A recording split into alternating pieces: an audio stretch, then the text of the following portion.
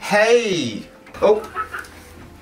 Yeah, hey, what's up? Yeah, so I noticed that you didn't edit this morning, like you said you were going to. What's happening? Oh yeah, I'm just watching cat videos. Yeah, I can hear that, but you said that you would edit at 9 o'clock, and it's already 9:10, so what's up? Yeah, see, I said I was gonna edit at 9, right? And it's 9:10 now, and it is dangerously close to the end of the day, you know? So my day's basically shot. I think I'll probably just edit tomorrow or maybe next week or something, I think.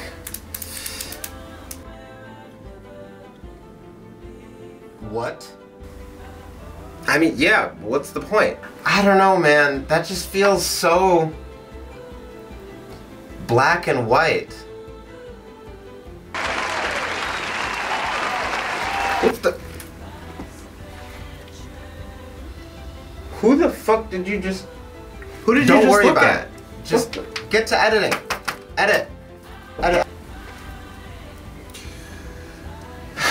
Whatever. Ooh, Jonathan's being artsy. Ooh, a visual representation of what the context of the video is about. Ooh. Okay. So, obviously you've guessed that this video is about black and white thinking. So let's talk about it.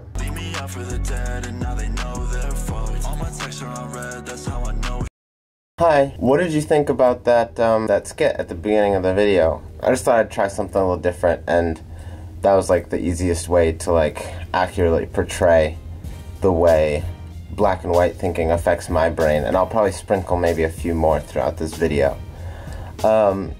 And if you don't like it, then I'll probably never do another one again. I'm just kidding. I probably will.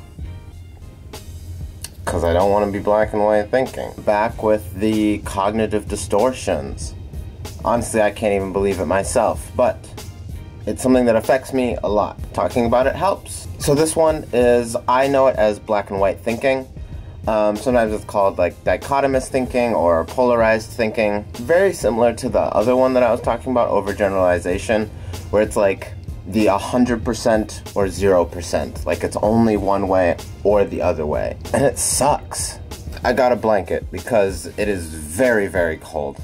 So yeah, it sucks. In the example at the beginning, I do this a lot like when I'm trying to make like a decision about something. So like in editing, sometimes I set like parameters for myself, but then if I don't stay within those parameters, like time frames that I'm gonna edit, then the whole day is just shot, and then I just don't edit the whole day, and it's hard to deal with.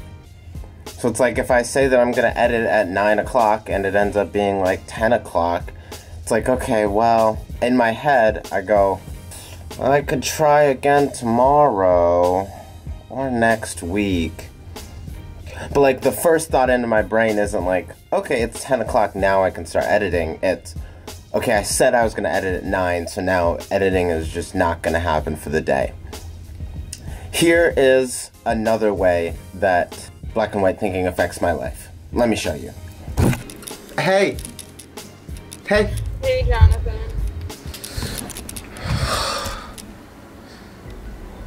Why'd she say hi that way? Did I do something? Am I a bad person? Did I make her angry? What did I do? Oh, I'm the worst. I'm a terrible person. Okay, let me go through my whole day and see what I did to upset her. Does she hate me?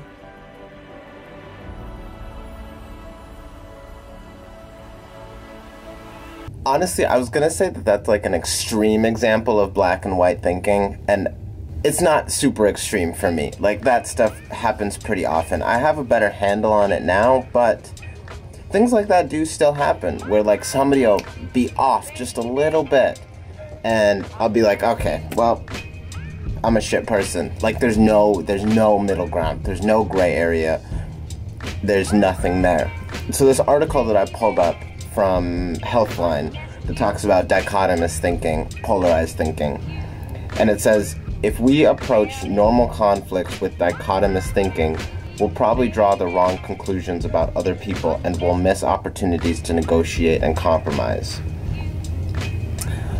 So this article says a lot, and there's a couple more. I might put some on the screen, but basically it's just saying that because I drew that immediate conclusion, there's nowhere else to go. So, you know, there could have been so many other things going on in her life that maybe she was just having an off day, maybe there was something else happening. Honestly, it probably had absolutely nothing to do with me.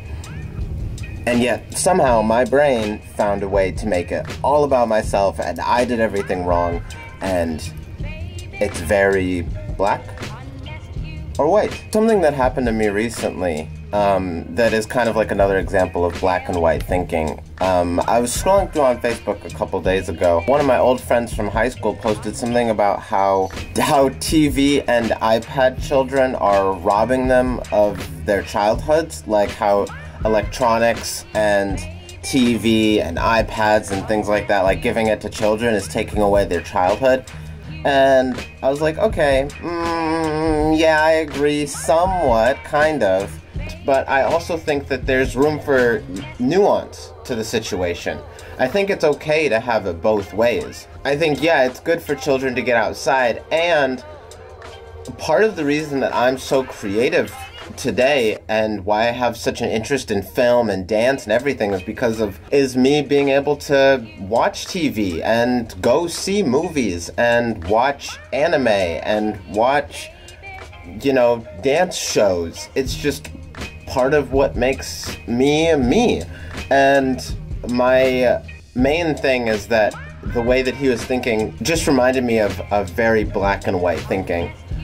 Now, that being said, there are things that I consider only to be black and white. I think it has a place in my life.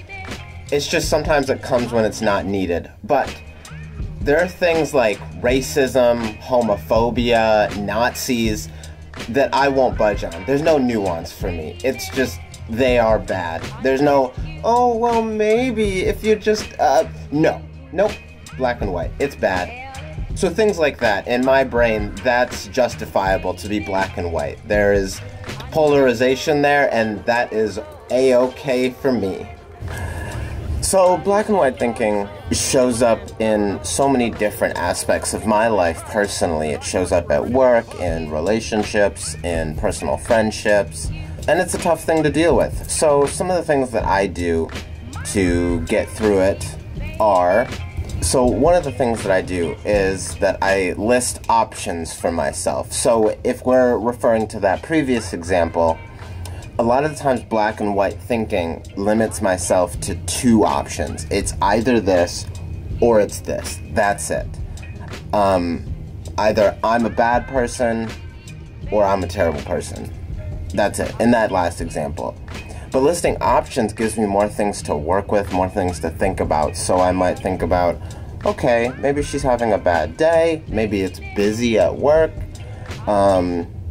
maybe she's got a lot on her mind. Those are already three other things, and all have nothing to do with me. So I find that super helpful, and I can apply it to almost all instances of black and white thinking. There's usually other options. Unless somebody flat out just tells me that they hate me, then that's like a different discussion.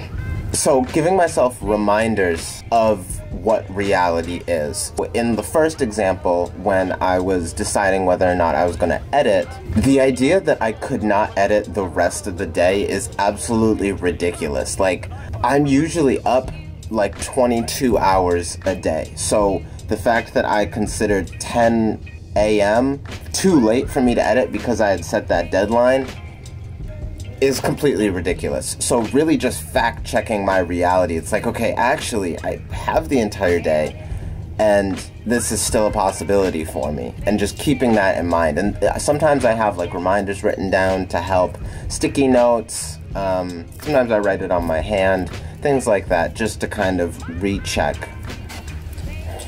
In conclusion, the world is more than just black or white. There's so much color in the world, and that analogy fits so well. You know, it's gray, but there's also blue and red and green and so many other ways to think about things. Now, if I was able to figure out how to do it, I was able to start this video in black and white and gradually add more color. And I'm so excited to try it out. Keeping with the theme that I'm talking to myself, I'm talking to you, Jonathan, you'll have a much easier time navigating throughout the world when you stray away from that just polarized black or white thinking. And I know that you're working on it, and you're doing a great job. Also, I did not expect this video to be this long, but I guess I had a lot to talk about. So, thanks for watching. And I will see you in the next one. Okay, bye. Yo, my life like a dream I envisioned to give y'all a piece of the puzzle, get intimate. On a mission, getting cheese and chips. Running something like a team within. Tell you little suckers, we legit. Life is nothing but a dream.